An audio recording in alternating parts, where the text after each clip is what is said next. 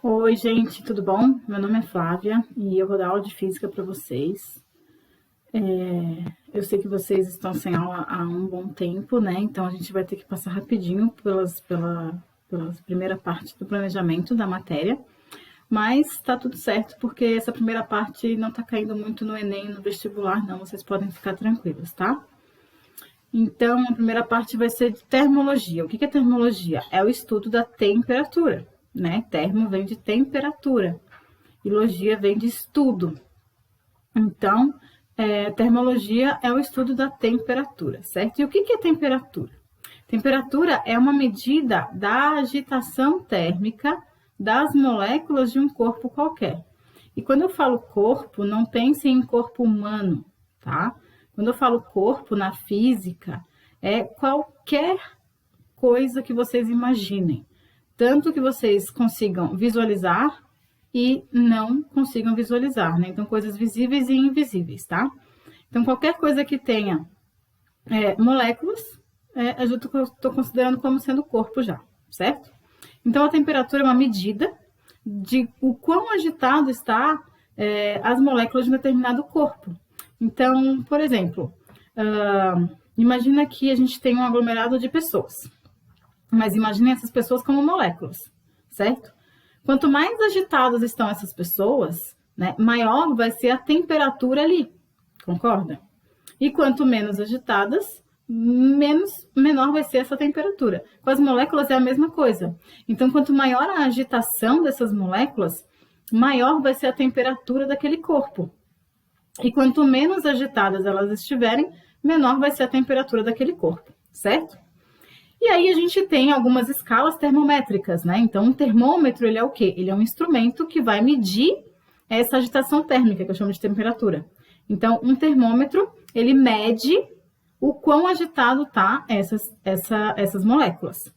E aí eu tenho algumas escalas que a gente vai poder utilizar para medir essa temperatura. Então, a gente chama, né, de escalas termométricas, tá?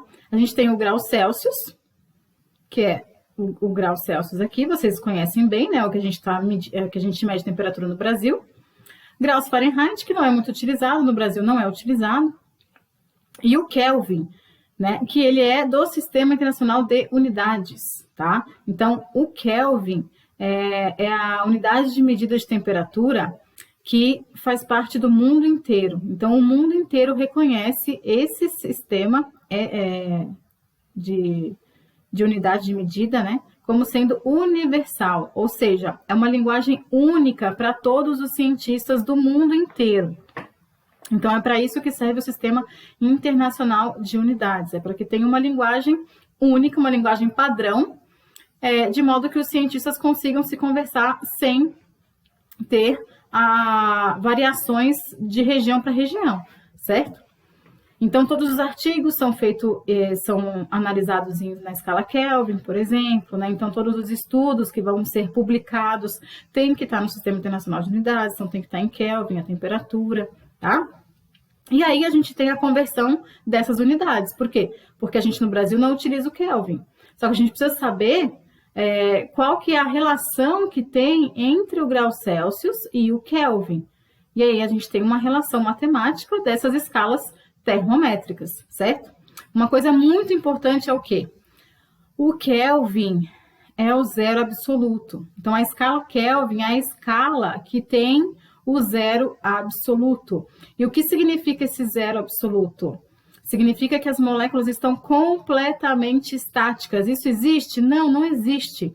É uma coisa hipotética, está se querendo chegar nisso, mas, por enquanto, não tem nenhuma matéria, nenhum corpo, nada, nenhuma partícula do universo que as moléculas não estejam vibrando. Então, as moléculas, elas sempre estão em vibração. Então, eu não tenho como se chegar nesse zero absoluto aqui, tá? Então,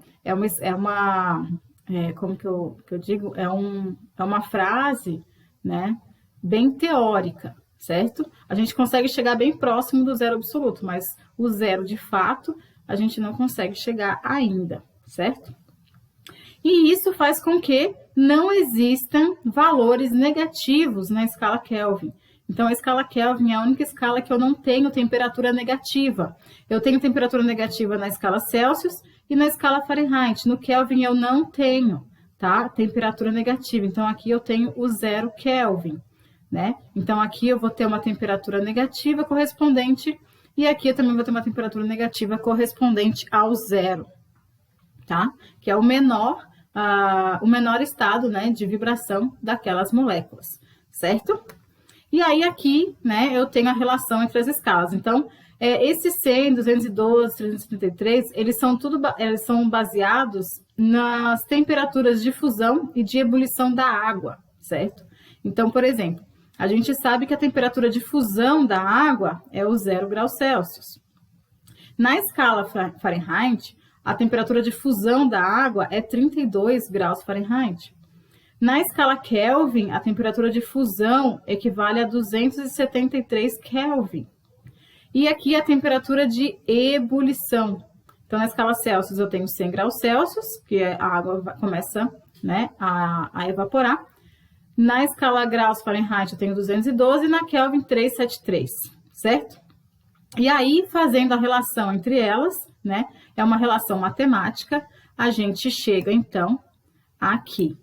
Então, a temperatura em graus, em Kelvin, vai ser igual ao grau Celsius, a temperatura em graus Celsius, mais 273. Então, por exemplo, se eu tenho 30, né, graus Celsius, quanto que equivale ao Kelvin, né? Então, a temperatura na escala Kelvin vai ser 30 mais 273, tá? Aí eu acho a temperatura em Kelvin. E aqui a relação que eu tenho do grau Celsius, da temperatura de graus Celsius, para a temperatura de graus Fahrenheit. A gente não está usando muito isso aqui não, tá? O Enem vestibular não está pedindo muito isso aqui, certo? Eu acho que eu nunca vi, para ser bem sincero, nunca vi. Pode ter passado batido por mim, mas se caiu uma vez, foi muito, né? Agora, essa daqui é importante, por quê? Porque é a conversão de unidades da nossa unidade para a unidade da linguagem universal. Então, isso aqui tem que saber, tá? Isso aqui realmente é algo importante. Beleza? Tá? Então, tá. Vamos para a próxima, então, que é a calorimetria, né? O que é a calorimetria? É o estudo do calor, que a gente denomina calor pela letra Q, tá? Então, sempre que vocês virem um Q, significa calor, ok? Então, calorimetria é o estudo do calor. E o que é esse calor? Calor é energia térmica em trânsito, cuidado, né? Então, só existe calor quando eu tenho diferença de temperatura entre corpos. Então, se eu tenho uma mesma temperatura entre dois corpos, eu não tenho calor, ok? Então, só existe calor quando essa energia térmica estiver transitando de um corpo para outro corpo. E quando que ela vai conseguir transitar de um corpo para outro corpo? Quando tem diferença de temperatura. Se as duas temperaturas forem iguais, não tem trânsito de calor, não tem trânsito de energia. Por quê? Porque as duas temperaturas estão iguais. Os dois corpos estão vibrando com a mesma intensidade, certo? E aí eu não tenho, né, o trânsito dessa energia, tá? Bom, o equilíbrio térmico é justamente quando eu atinjo a mesma temperatura entre dois ou mais corpos. Então, eu digo que está em equilíbrio térmico, ou seja, os corpos, o sistema, ele está a uma mesma temperatura, tá? Que a gente chama de temperatura de equilíbrio térmico, certo? E o calor, ele sempre flui, né, do corpo de maior temperatura, coloquei errado, desculpa, de maior temperatura para o de menor temperatura, tá? Então, a temperatura de A, ela é maior que a de B. Então, o fluxo de calor ocorre do corpo A para o corpo B. Sempre o calor vai fluir do corpo de maior temperatura para o de menor temperatura, tá? E aqui eu coloquei, né, um desenho aqui, só para exemplificar. Então, TA, temperatura A, TB, temperatura B. E o fluxo de calor, então, ele vai acontecer da temperatura de A, que é maior, que a de B. Então, ele vai acontecer de A para B, certo? até atingir, então, esse equilíbrio térmico. Quando atingir o equilíbrio térmico, cessa o fluxo de calor e eu não tenho mais a palavra calor, ok? Daí eu não consigo mais utilizar a palavra calor, tá? Beleza, então, a gente tem agora, então, o balanço energético, que nada mais é que a conservação de energia, tá? Então, nesse caso, a gente está trabalhando com energia térmica. O calor é um tipo de energia, tá, gente? Eu até vou colocar aqui, né, que o calor, ele é, né, um tipo de energia, tá? É só o nome que a gente está colocando. Então, o calor aqui, né, ele é um tipo de energia, tá? Então, ele é energia, tá? Que nem energia mecânica, que nem energia elétrica, né? Então, aqui a gente tem energia térmica. Então, a unidade de calor, né, a gente vai utilizar a unidade de energia, que é o Joule, certo? Bom, então, no balanço energético, a gente tem que a somatória dos calores recebidos e fornecidos é igual a zero. Então, se eu somar todos os calores que foi trocado entre dois corpos, dois ou mais corpos, e essa soma tem que ser igual a zero. Ou seja, o calor fornecido, né, por um corpo tem que ser igual ao calor recebido do outro corpo. Então, eu não tenho perda de calor, tá? Para o meio externo. Então, aqui está analisando isso aqui, tá? Então, dentro de um sistema, né, a somatória de calor, ela é igual a zero. Então, o calor fornecido vai ser igual ao calor recebido pelo corpo, ok? Aí, a gente tem algumas definições, tá? Como capacidade térmica. O que é capacidade térmica? Ele é designado pela letra C maiúsculo. Cuidado, porque capacidade térmica é C maiúsculo e calor específico é um C minúsculo, tá? Então, capacidade térmica, ele caracteriza o corpo em si e não a substância. Então, a capacidade térmica aqui, ela vai relacionar a quantidade de energia recebida e o aumento de temperatura causado pela mesma, tá? Ou seja, como que a temperatura, ela se relaciona com a quantidade de energia que um corpo recebe, tá? E aqui depende da massa da substância, né, do corpo. Já o calor específico, ele é uma característica da substância. Então, olha a diferença, né? Aqui não caracteriza a substância, caracteriza o corpo, a massa. Aqui não. Aqui é característica da substância e não depende da massa, certo? E aí, aqui vai depender de que material que aquele corpo é feito, né? Se ele é alumínio, se é areia, se é água. Então, que tipo de material que é aquele corpo? Porque é uma característica da substância. E, por favor, gente, não depende da massa. Isso aqui é muito importante. Não depende da massa, ok? Então, é a quantidade de calor por unidade de massa necessária para elevar de 1 grau Celsius a temperatura da substância, certo? E o que eu tenho de mais usual aí e maior, né? O maior calor específico que eu tenho é o calor específico da água, que vale, tá? 1 caloria por grau Celsius, certo? Então, esse é o calor específico da água e é o maior calor específico que a gente tem no nosso universo atual, certo? Então, aqui ele é o maior calor específico, tá? Então, maior existente até hoje, tá? Então, se vocês encontrarem, né, qualquer calor específico maior que 1, tá errada a conta, vocês têm que refazer o cálculo aí, que alguma coisa vocês fizeram errado aí, beleza? Aí, aqui a gente tem as unidades de medida, né? Então, o calor é o Joule no sistema internacional e a caloria que é usual, né?